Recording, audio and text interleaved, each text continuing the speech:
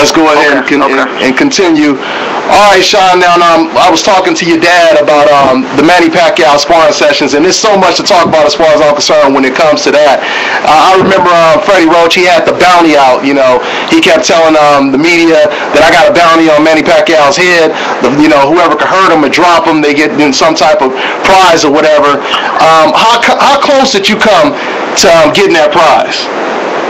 Well, I'll say one thing. I pushed Manny as hard as he could go. We had some wars in the ring, and I think that if anyone was close to knocking him out or knocking him down or hurting him or anything like that, it was me. We had a great time in the ring, sparring one another, and all that good stuff. And I'd like to see him again and show him what I just won, and blow him a little bit about the accomplishment I just made. Yeah. Now, see, this is the thing. I done heard that, and you don't have to be humble about it, because Freddie Roach, he's very honest. He said that you pretty much, you hurt Manny Pacquiao pretty bad. I want to know, is it true that you knocked Pacquiao down? People said I did. A lot of people said I did. And I'll go on record for saying that I did not knock Manny down.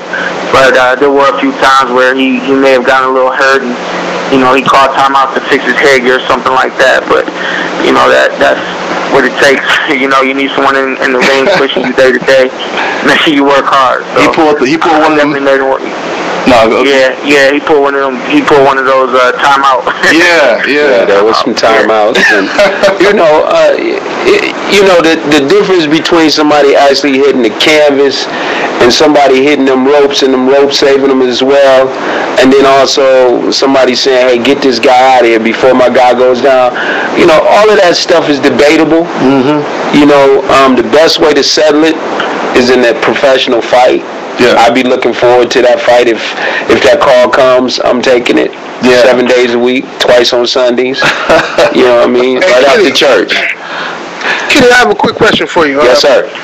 I know that in amateur, Shawn also fought at 165. Yes. Okay, so if he can deal with that kind of power from guys that's 165 pounds, what kind of advantage does he have dealing with guys at 147 pounds? I also heard a rumor. You guys can confirm this or cancel it out if it didn't happen, but I heard a rumor that my boy James Kirkland was knocked down by Shawn Porter in sparring. Can you confirm that? That one, yeah, we can definitely confirm that. That's not a rumor. That you know what? And here's the difference between Shawn and Devon. Shawn and Manny Pacquiao working the way they worked. The big difference there being James wanted to fight, and Manny wanted to work, and he wanted to improve, and we worked every day. We ran together. We did a lot of different things together, and when they got into the ring, it was sportsmanship involved. With Kirkland, Shawn went out to touch his gloves, and Kirkland punched him right in the face. Ooh.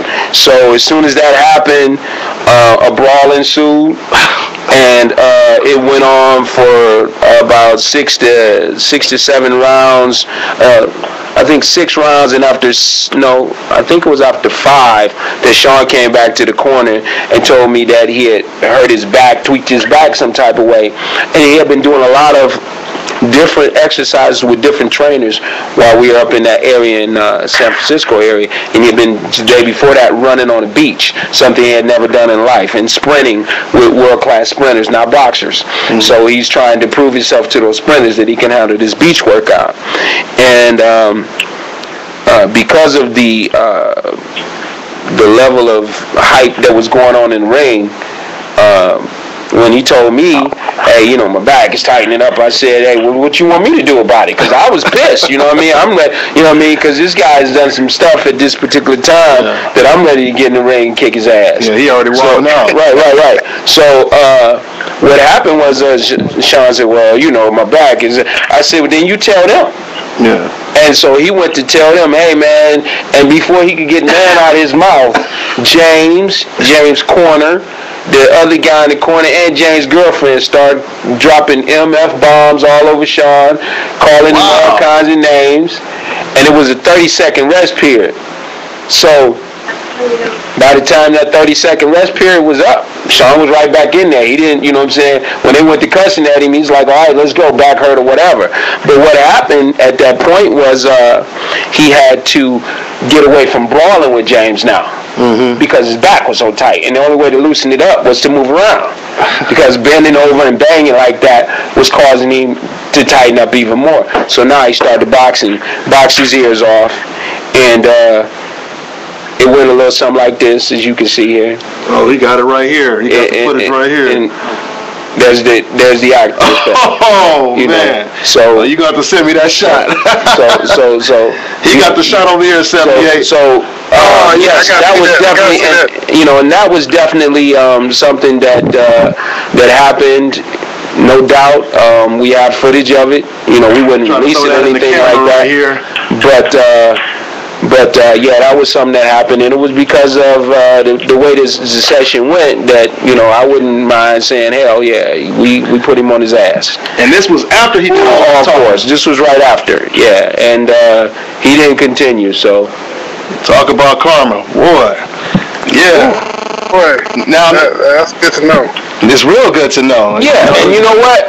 All of that came together in the fight for us, because to go back to your question, he did fight at 165 in the amateurs. He was a high school football player. He was a high school All-American, USA Today Player of the Week, Old Spice Red Zone Player of the Year, and he played football at about 170 to 175 pounds.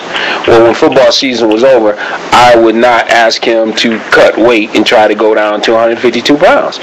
Wherever he came in shape is where we fought at. He came in shape at 165 pounds, no problem. Yeah. And so every guy that you see now at 160, the young guys that you see now at 160, 168, the Edwin Rodriguez's, the Danny Jacobs, the Fernando Guerreros, the Dominic Wades, the Demetrius Andrades, he's got W's over all of them. So to answer that question, there was no fear going into those fights. There's definitely none going into 147. Our adjustment obviously is cutting weight and maintaining our strength as we do so, but we have absolutely no fear of anybody that weighs 147 pounds. Trust me. Anybody that's out there that weighs 147 pounds, and I'm not talking about somebody that is ranked number 16. Right. Talking about top notch. I'm talking about if you got a belt, which you know who you are, you have belts. If you don't have a belt and you had a belt, and you want to get another belt, and you got that name, that'll bring it. Absolutely, we're looking to have those fights. You know what I'm saying? So there's no fear at anybody hurting us at 147 pounds. Absolutely none whatsoever. I'm quite sure that as we continue on, there's going to be some movement made to 154 pounds. But at 25, 26 years old age, where you're at right now. You want to clean this division out first? We want to clean the division out, but we want to. You know how boxing is. There's so much, and we like to say, I guess we've been politically correct when we say politics. Yeah. There's so much bullshit. That we have to deal with. You know what I mean? I call it the fight before the fight. Yeah. So I'm going to go in there and knock out a few people to get him to the next big fight. So in order for that to happen, I got to go in there and, go toe-to-toe with a few people. I call it the fight before the fight. But, we don't feel that anybody at 147 pounds is going to hurt us. That's not happening. I hear you. Well, go ahead, 78. Well, I was going to say, co-sign that, because what got me real suspicious of the power of Shawn Porter is that when I talked to Keith Thurman, Keith Thurman, he had a lot of smack to talk about a lot of people at 147, but when I asked him about Shawn Porter, he said, I'm proud of him, got nothing but respect for him. So that told me something. I said, okay, well, he knows something about Shawn Porter that maybe we don't know. Yeah, it's funny because Keith was on some teams, international teams with Shawn, and I was Keith's coach, and Keith and I shared rooms together. And Keith was a weight class down below Shawn in the amateurs. And I'm quite sure, even at that time, and this is absolutely no knock against Keith, because I got, mad respect for him and everything that he's doing and accomplished. I'm a Keith Thurman fan. I was jumping up and down at the last fight myself. But I'm quite sure that we were on the radar. Even though we were weight class up, we were on the radar. He's looking, saying, man, one day I might have to fight him. You know what I mean? Because they're fighting so close. Keith was at 52, Shawn was at 65. And in this international tournament against the Russian team, we had 12 fighters, only 2 fighters won, Keith Thurman and Shawn Porter. Mm-hmm. Shawn Porter beat an Olympic gold medalist, whose name is Yusek Orlando Yusek. He was 2012 Olympic gold medalist. Okay. He made the Olympic team in 2008, and then he came back in 12 and he got a gold medal. And Yusek's 6'4" left-hander. Wow. So left-handers, height, not a problem, not a concern. Our degree of difficulty is fighting the smaller guys. Mm-hmm. But my man, is it 78? Yeah, 78. Yes, sir. 78. We went out and we worked with Keith. I guess it would be about 2 summers ago, and we worked with Keith in Florida, and we put in a lot of hard work. So much work to the point that I'm quite sure that if that call is made, they're not jumping up and down to make that happen. And just so if Keith watching or listening, anything like that, I ain't calling you out. I ain't saying nothing like that at all. You won't have to go somewhere else to get your belt. But when you get it, you can call me, because I'm taking that call, baby. And I know you're going to get it. I'm taking that call. You know what I'm saying? I'm absolutely. And one of the first people to thank us and congratulate us, congratulate us, was Keith's trainer. Oh, okay. Dan Birmingham was one of the first phone calls I got. So absolutely, those are some good guys over there. Yeah, absolutely. I seem to, when I talked to Keith and I asked him about you, I was shocked that he had so many good things, because I didn't know about the history you guys had in the amateurs. Yeah. But he had nothing but utmost respect for it. He said, hey, I seen how this guy trains. He's the truth. Shawn Porter, I'm proud of him. So I was like, wow, we have a key to Keith's gym. If we go to Florida, we can get in Keith's gym without knocking on the door. We you know what I mean? Absolutely. And before we left there, they took a picture together. And when they took that picture together, Dan says, I hope they never have to fight. I said, if they do, Dan, you call me and we will negotiate the deal. Absolutely. So yeah, Keith is the real deal. Keith Thurman, I've actually worked in his corner as a second as a pro. Oh, did you? Keith is serious business, man. They're finding that out. A lot of people thought he was just a hard puncher, but like I said, after a couple of his last fights, he didn't show that he could deal with adversity, and I guess that comes with that amateur pedigree. You know what?